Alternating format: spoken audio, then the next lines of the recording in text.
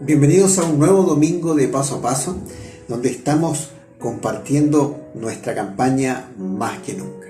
Más que Nunca es una campaña diseñada para nuestro crecimiento espiritual, donde vamos a estar enfatizando en diferentes elementos para nuestra vida, donde este hashtag Más que Nunca nos ayudará a entender la importancia, la urgencia de poder ir ajustando, profundizando algunas áreas de nuestra vida para que podamos juntos poder cumplir con la gran comisión, con esta gran colaboración que hemos estado ya enseñando hace por lo menos unos 2 años atrás en nuestra iglesia. Y hoy en el Paso a Paso voy a estar compartiendo con ustedes un elemento o una idea que el pastor Franklin nos habló en la predicación anterior, que tiene que ver con más que nunca seamos iglesia. Yo quiero hablarles de la iglesia, ¿sí? Pero quiero que lo veamos de un punto de vista en el cual esto nos pueda inspirar, pero también nos pueda mover nuestra vida hacia Dios. Para esto quiero enseñarle un concepto que a lo mejor usted ha escuchado, y de hecho es una palabra que usted utiliza que se llama recordar. Pero la palabra recordar viene del latín recordis, que significa pasar nuevamente por el corazón. Pero el sentido de esto es que esto tiene que pasar. Cualquier cosa que usted pueda recordar, usted lo pasa por lo más profundo de su ser, lo pasa por su corazón, su mente, sus emociones, su espíritu, y eso lo hace significativo y lo hace importante. Por ende, cuando hablemos hoy día de más que nunca seamos iglesia en este paso a paso, estaremos haciéndolo desde un recordis, desde un pasar esta verdad del Evangelio, recordar por qué somos iglesia y por qué tenemos que ser iglesia, ¿sí? Pero desde un recordis, es pasar esto por lo más profundo de nuestra mente, de nuestro corazón, de nuestro espíritu, para que esto nos pueda transformar, pero también pueda mover nuestra vida hacia Dios. Por eso le quiero invitar a que hagamos eso, un recordis. Durante todos estos paso a paso que dura esta campaña, estos 2 meses de campaña, le quiero invitar a que usted haga un recordis conmigo, domingo a domingo, para que vayamos profundizando y vayamos adentrándonos cada vez más en las verdades que domingo a domingo también en el servicio principal nos estará compartiendo nuestro pastor Franklin. Por eso este ejercicio que quiero compartir con ustedes tiene que ver con, en definitiva, la verdad de Dios, tomarla y llevarla a lo más profundo de nuestra mente, de nuestras emociones, de nuestro espíritu, para que esa verdad nos pueda transformar y esa verdad también mueva nuestra vida más que nunca hacia Dios. Así que bienvenidos a este paso a paso. Comparta este video en sus grupos de WhatsApp, en sus contactos, compártalo con hermanos de nuestra iglesia. Es muy importante que los hermanos de nuestra iglesia se conecten a esta campaña, ¿sí? A este paso a paso. Así que le doy este tiempo para que usted pueda compartir y le doy la bienvenida a todos los que se vienen integrando y a los que ya nos estaban esperando desde el comienzo de este paso a paso, que nos ven por YouTube, por Facebook y por Instagram. Recuerde que estamos en todas nuestras plataformas y también en nuestro sitio web iglesiaentuciudad.org. Así que comencemos y hablemos de lo que es ser iglesia en este paso a paso. Hablemos de la realidad de la iglesia hoy en día. 260 millones de cristianos sufren persecución alta, muy alta o extrema en el mundo. 3.711 cristianos fueron encarcelados por causa de su fe. 9.488 iglesias fueron atacadas o derribadas en este tiempo. 2.983 cristianos perdieron su vida por causa de su fe en Jesucristo. La persecución que sufre la Iglesia de Cristo en el mundo es debido a una sola razón: su fe en Jesucristo. Esta persecución priva a los cristianos de sus derechos básicos y son violentados en varios ámbitos: en lo privado, en lo familiar, en lo social, en lo nacional y en lo eclesial. Además de esto, reciben violencia física y material. El motor de toda esta persecución hacia los cristianos en el mundo tiene que ver con ciertos modelos políticos, sociales, religiosos que intentan callar la voz del cristianismo y callar la fe en Jesucristo. Estos motores de persecución tienen que ver con una opresión comunista. Generalmente en los países comunistas se genera mucha persecución hacia el cristianismo. El islamismo extremo, que está también no solamente en Oriente, sino que en diferentes partes del mundo. El totalitarismo, que aparece desde el punto de vista político y social. El nacionalismo religioso, la corrupción y crimen organizado en muchos otros países, incluso de Latinoamérica. Le hago una pregunta: ¿qué siente usted al saber que la Iglesia de Jesucristo en todo el mundo está siendo perseguida y de esta forma? Quizás esto lo vemos todavía muy lejano, porque aquí en Chile no hay una persecución quizás tan intensa o bajo estas características, pero sin embargo hoy en Chile y en Latinoamérica la fe cristiana se está persiguiendo desde el punto de vista de las ideologías, desde el punto de vista de las ideologías políticas y de estas minorías que hoy en día están alzando la voz en muchos lobbies del mundo y que están intentando callar los valores que el Evangelio entrega a la familia y al mundo. Por ende, ¿qué le parece esto? ¿Qué siente usted al saber que sus hermanos en Cristo, que si bien es cierto usted no los conoce, pero su fe les une a cada uno de estos hermanos en Cristo que están en diferentes partes del mundo, están siendo perseguidos, violentados y muertos a causa de su fe? ¿Sí? Ahora, otra pregunta que podríamos hacer es si hubieron tiempos mejores para la iglesia cristiana. ¿Sí? Porque si hablamos que la iglesia cristiana parte en el primer siglo y ya estamos en el 2020, algo tiene que haber sucedido antes, que a lo mejor la iglesia estaba en mucho mejor pie y estaba en mucho mejor lugar y estatus en la sociedad. ¿Sí? ¿Cómo era la iglesia en el primer siglo, incluso antes de la persecución que ellos sufrieron ahí por parte del Imperio Romano? ¿Qué cree usted? ¿Hubieron tiempos mejores? ¿Fueron peores? ¿O esto siempre ha sucedido? ¿Sí? Ahora, si vemos las cartas de Pablo, y esto es bien interesante, vamos a ver una panorámica muy completa de cómo eran las iglesias en ese entonces. Cuando usted lee las cartas de Pablo están dirigidas en su mayoría a iglesias y algunas a personas que dirigían iglesias, pero en definitiva a iglesias también. ¿Sí? Ahora, cuando uno lee las cartas de Pablo y uno lo lee de una verdadera comprensión lectora, se da cuenta qué es lo que pasaba realmente en esas iglesias en ese entonces. Por ejemplo, en la iglesia de Tesalónica, ¿sí?, estaban siendo personas muy ociosas. Así, como usted escuchó, ociosas. ¿Conoce personas así? ¿Sí? Personas que eran hermanos en Cristo. Era una iglesia donde sus miembros habían dejado de trabajar y andaban entrometiéndose en asuntos ajenos. Y eso Pablo lo dice ahí en una de sus cartas hacia tesalonicenses. Y esto debido a que ellos tenían la idea de que Jesucristo venía pronto y ellos dijeron de una forma muy conformista, ¿sí?, no hagamos nada, Jesucristo viene, no hay para qué seguir trabajando, esperemos solamente. Usted entenderá que esa no es la forma realmente correcta de esperar la venida de Jesucristo. Es todo lo contrario. El ocio no tiene cabida para esperar la venida de Jesucristo, ¿sí? Sin embargo, tenemos que activar en nuestra fe y en nuestro llamado con mayor razón. Más que nunca, usted tiene que ser iglesia antes de la venida de Jesucristo. Pero aquí vemos una iglesia en ese entonces que eran ociosos, que eran entrometidos, que habían dejado de trabajar, ¿sí? Y todo esto se justificaban en realidad con que Jesucristo iba a venir pronto. Si usted se da cuenta, no era una iglesia que podía tener los estándares o el agrado de parte de Dios a una iglesia perezosa, a una iglesia que era completamente ociosa y conformista. Esos no son parámetros y valores de una iglesia de Cristo. También estaba la iglesia de Corintos, donde vemos que Pablo fue muy fuerte en sus cartas hacia los Corintos, especialmente en los primeros capítulos. Y era una iglesia que estaba dividida, una iglesia que tiende a la pelea, que tendía a la pelea. Era una iglesia que se involucraba en muchas inmoralidades sexuales e incluso los grandes ordenamientos que Jesucristo había dejado, como la cena del Señor, ¿sí?, se había prestado para una distorsión total de glotonería, de alcohol, de borrachera. Y Pablo tuvo que escribir a esas iglesias para colocar orden y decirles que esa no era forma de ser iglesia. ¿Ven? En tercer lugar, tenemos la iglesia de Colosa. Ellos estaban mezclando ideas esotéricas, magia, astrología con las verdades del Evangelio, ¿sí? Eso es muy parecido a lo que hoy en día puede estar y está ocurriendo en realidad en varias iglesias que están mezclando muchas cosas que, si bien es cierto, no son ni cosas esotéricas, ni astrología, ni nada por el estilo, pero sí están mezclando mucha ideología, ¿sí? Ideología de género, ideología feminista, ideologías políticas, donde están ensalzando más ese tipo de cosas que la verdad de Jesucristo.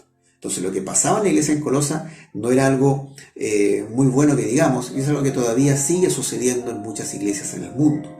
Tenemos también la iglesia de Galacia, donde esta iglesia se estaba volviendo legalista en función de la fe de Jesucristo. Estaban volviendo al judaísmo y estaban volviendo a un sistema que era imperado por la ley mosaica, ¿sí? Y ahí Pablo nuevamente tiene que escribirles y decirles que esa no es la forma de vivir en el Evangelio, sino que tiene que ser por gracia, y ellos son salvos por gracia, ¿sí? Y que no tiene sentido volver a los parámetros de la ley cuando Jesucristo ya en un sacrificio perfecto nos entregó acceso al Padre, gracia, misericordia, perdón, y hoy en día podemos ser libres de aquellas cosas que nos ataban a una vida de esclavitud espiritual.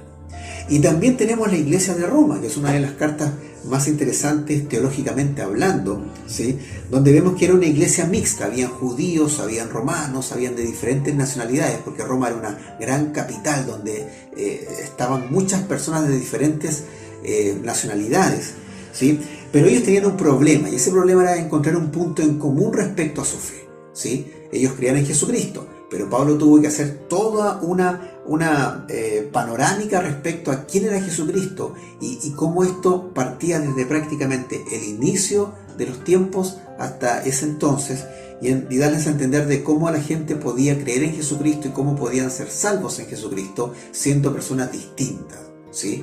Y es por eso que ahí aparece la primera declaración tan potente de Pablo cuando dice que no se avergüenza del Evangelio porque es poder de salvación para todo el que cree, primeramente para el judío y luego para el gentil. En otras palabras, para el pueblo de Dios en primera instancia porque fue revelado para ellos, pero luego para todo el mundo. Y es una iglesia que tenía ahí un conflicto respecto a cuál era el fundamento de su vida y de su fe. Claramente, estas iglesias nos muestran, cuando leemos la Biblia, que no eran tiempos muy buenos para esas iglesias locales, porque eran iglesias que estaban perdiendo el rumbo, iglesias que estaban introduciendo elementos que no correspondían al Evangelio, y que todo esto estaba sucediendo antes de la persecución a los cristianos en esa época por parte del Imperio Romano. Entonces, la pregunta es, ¿por qué más que nunca debemos ser iglesia? Cuando vemos persecución en el mundo y cuando al mismo tiempo vemos iglesias que en ese entonces, las iglesias más cercanas a los tiempos de Cristo, estaban también perdiendo el norte de lo que era ser iglesia. Bueno, por esa razón, más que nunca, esta pregunta y este desafío está latente para nuestra vida. ¿Por qué más que nunca debemos ser iglesia? Le invito a que hagamos un recordis para que podamos entender esto con mayor detalle. Hagamos un recordis en 5 puntos que el Evangelio nos entrega. ¿Sí? Es importante que cuando recordemos esto y pasemos esto por nuestro corazón en lo más profundo y en nuestra mente, esto venga desde lo que la palabra del Señor dice. Primero, Cristo murió por la iglesia. Y si Él hizo esto, es porque la iglesia es importante para Jesucristo, ¿sí? Efesios 5:2 dice, vivan en amor, así como Cristo nos amó y se entregó por nosotros como ofrenda y sacrificio fragante para Dios, ¿sí? Pablo escribe a la iglesia de Éfeso y le dice, Cristo murió por ustedes porque ustedes eran importantes para Jesucristo. Y este es un principio que no ha cambiado. La iglesia es importante para Jesucristo. Cada uno de los miembros de la iglesia es importante para Jesucristo. Y Cristo murió por ella. Cristo murió por la iglesia para demostrarnos eso. En segundo lugar, Cristo diseñó la iglesia. Eso tiene que ver con el ministerio, con los dones, con el llamado que Dios puso en su cuerpo, que es la iglesia. Efesios 4, del 11 al 12 dice, ahora bien, Cristo dio los siguientes dones a la iglesia, los apóstoles, los profetas, los evangelistas y los pastores y maestros. Ellos tienen la responsabilidad de preparar al pueblo de Dios para que lleve a cabo la obra de Dios y edifique la iglesia, es decir, el cuerpo de Cristo. Fíjense que esto es completamente perfecto. Cómo Cristo diseñó la iglesia a pesar de nosotros. Hay un diseño muy orgánico, hay un diseño muy perfecto y todo encaja, dice la Biblia, de forma perfecta. Es un diseño sobrenatural y que solamente a Jesucristo se le pudo ver ocurrir. No hay ningún ser humano que tenga la capacidad de crear un organismo espiritual como este, llamado iglesia. En tercer lugar, Cristo le dio una misión a la iglesia. Y usted conoce este pasaje. Por lo tanto, vayan y hagan discípulos de todas las naciones, bautizándolos en el nombre del Padre y del Hijo y del Espíritu Santo. Enseñen a los nuevos discípulos a obedecer todos los mandatos que les he dado. Mateo 28, 19 al 20. Esa misión es clara y es para la iglesia, para cada una de las personas que somos parte de esta iglesia y que somos iglesia, tenemos esta misión. Entonces, Jesucristo vemos que diseñó la iglesia y al mismo tiempo le dio una misión a esa iglesia. En cuarto lugar, Cristo es la cabeza de la iglesia. Él sabe guiarla a pesar de la persecución y de sus fracturas espirituales internas, ¿sí? Colosenses 1:18 dice, Él es también la cabeza del cuerpo, que es la iglesia. Y Efesios 5:23, porque el marido es cabeza de la mujer, así como Cristo es la cabeza de la iglesia. Yo ya le estaba dando a usted una estadística respecto a la persecución que los cristianos hoy en día sufren, pero Cristo sigue siendo la cabeza de la iglesia y sigue siendo la persona que está liderando y guiando a la iglesia a pesar de la persecución. Y Él lo sabe hacer, porque Él es la cabeza de la iglesia, no nosotros. Nosotros no podemos decirle a Jesucristo cómo tiene que dirigir su propia iglesia. Nosotros tenemos que sumarnos a lo que Jesucristo nos dice sobre cómo ser iglesia. ¿Por qué? Por la que la razón es muy sencilla. Cristo es la cabeza de la iglesia. Y por último, Cristo es el fundamento de la iglesia. Salmo 118:22, hablando de Jesucristo hace mucho tiempo atrás, dice así, la piedra que los constructores rechazaron ahora se ha convertido en la piedra principal. Y luego 1 Corintios 3:11 dice, porque nadie puede poner otro fundamento que el que ya está puesto, el cual es Jesucristo. Por mucho tiempo la iglesia, ciertas personas dentro de la iglesia, toda la historia de que está la iglesia en la tierra, ¿no es cierto? Que Jesucristo dejó la iglesia operando aquí en la tierra y en las personas, hubieron personas y siguen habiendo que intentan colocar otro fundamento distinto a Jesucristo. Intentan sacar a Jesucristo como la piedra angular, la piedra de bóveda, la piedra que le da la base a todo esto, a este cuerpo espiritual, e intentan colocar algo más, algo que es más atrayente, algo que suena mucho mejor, algo que es mucho más quizás contingente o moderno, y que sencillamente Jesucristo queda relegado a un rincón de lo que es la iglesia, y a Jesucristo se le menciona prácticamente por tradición, o porque, sí, claro, Jesucristo se asocia con la iglesia y ahí queda. Pero esto no puede ser así. No podemos sacar a Jesucristo de la iglesia, porque sin Jesucristo no hay iglesia. Jesucristo es el fundamento de la iglesia, es el autor de la iglesia y es la persona que sostiene la iglesia. Como fundamento, Él sostiene y mantiene la iglesia. Y su declaración fue tan potente que dice, sobre esta roca yo edificaré mi iglesia y las puertas del Hades no prevalecerán contra ella. Así de potente es Jesucristo como el fundamento de la iglesia. Entonces le quiero hacer una pregunta para que usted pueda ir respondiendo ahí en el chat, ¿sí? Puede ir dejando sus comentarios, ¿sí? Si Jesucristo murió por la iglesia, si Jesucristo diseñó la iglesia, si Cristo le dio una misión a la iglesia, si Cristo es la cabeza de la iglesia y es el fundamento de la iglesia, la pregunta es muy sencilla. ¿Por qué nuestro corazón tiende a sacar a Jesucristo de la iglesia? ¿Por qué muchas veces hacemos cosas para Cristo, pero Cristo no está ahí? ¿Por qué muchas veces nosotros tenemos otras motivaciones dentro de la iglesia, pero no tienen que ver con adorar y amar a nuestro Señor Jesucristo? En otras palabras, ¿por qué sacamos a Jesucristo de nuestra iglesia? Respóndame a esa pregunta. ¿Qué cree usted? Es una pregunta que yo sé que podría costar de responder un poquito, pero es una pregunta interesante, pero sobre todo muy desafiante de intentar pensarla y responderla. Porque debemos admitir que muchas veces sacamos a Jesucristo de la ecuación, sacamos a Jesucristo de su propio cuerpo, y ahí es donde las cosas salen mal. Y Jesucristo siempre nos recuerda, yo soy la cabeza de la iglesia, yo soy el fundamento de la iglesia. Y Él quiere estar con nosotros, por amor. Él quiere estar con nosotros por una relación personal de amistad, de Señor y Salvador en nuesra vida. Pero en nuestro corazón, nuestras acciones muchas veces tienden a sacar a Jesucristo de la iglesia, ¿sí? Y ahí tenemos que tener cuidado, pero también tenemos que ser responsables en admitir cuando lo hemos hecho, pero también tenemos que tener la capacidad de arrepentirnos y volver a los pies de Jesucristo y reconocer que Él es la cabeza y Él es el fundamento de esta iglesia. En este caso, nuestra iglesia local tiene un fundamento clarísimo y usted sabe que siempre lo vamos a repetir y usted sabe que siempre vamos a hablar de este fundamento llamado Jesucristo. Por eso responde esa pregunta y siga compartiendo esta publicación para seguir avanzando en este paso a paso. Por último, tomemos estos 5 puntos de Recordis, pero hagámoslos más personal, ¿sí? Personalicémonos. Ahora hablemos sobre nosotros respecto a lo que es ser iglesia. Si decíamos que Cristo murió por la iglesia, quiero que lo entendamos así. Cristo murió por ti, ¿sí? Cristo murió por ti porque tú eres importante para Jesucristo.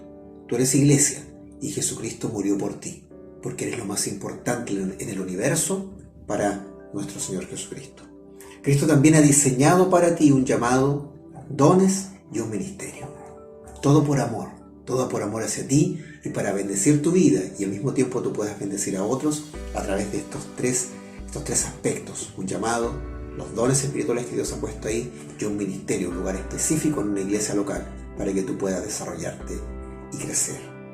Cristo también te dio una misión que es hacer discípulos. Y tú eres iglesia cuando cumples esta misión. Eres iglesia cuando estás haciendo discípulos. Estás siendo un discípulo que hace discípulos, ¿sí?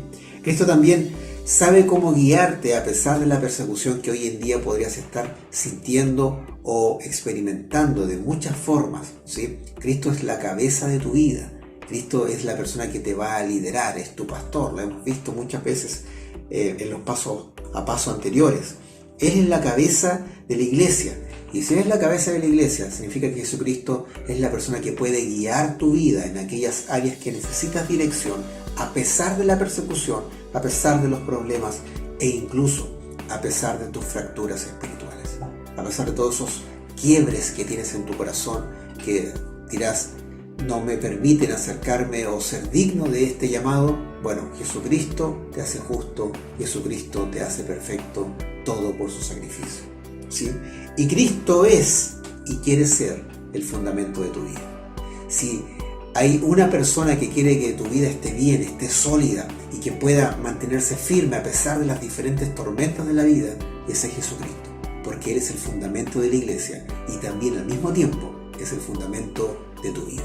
Que tus decisiones se fundamenten en lo que Él dice, que lo que tú hagas se fundamente en lo que has visto hacer en Jesucristo, ¿sí? Que lo que tú pienses se fundamente en lo que Cristo piensa y lo que tú sientas y lo que tú expresas hacia otro sea lo que Jesucristo siente y expresa también hacia otros. Que Él sea el fundamento de tu vida. Más que nunca debemos ser iglesia. Los tiempos son difíciles, van a ocurrir cosas mucho peores. Los tiempos no van a ser mejores, ¿sí? Y esa complejidad de los tiempos es solamente lo que Jesucristo ya venía diciendo, que en los últimos tiempos ocurrirán cosas como esta. Pero la iglesia prevalecerá.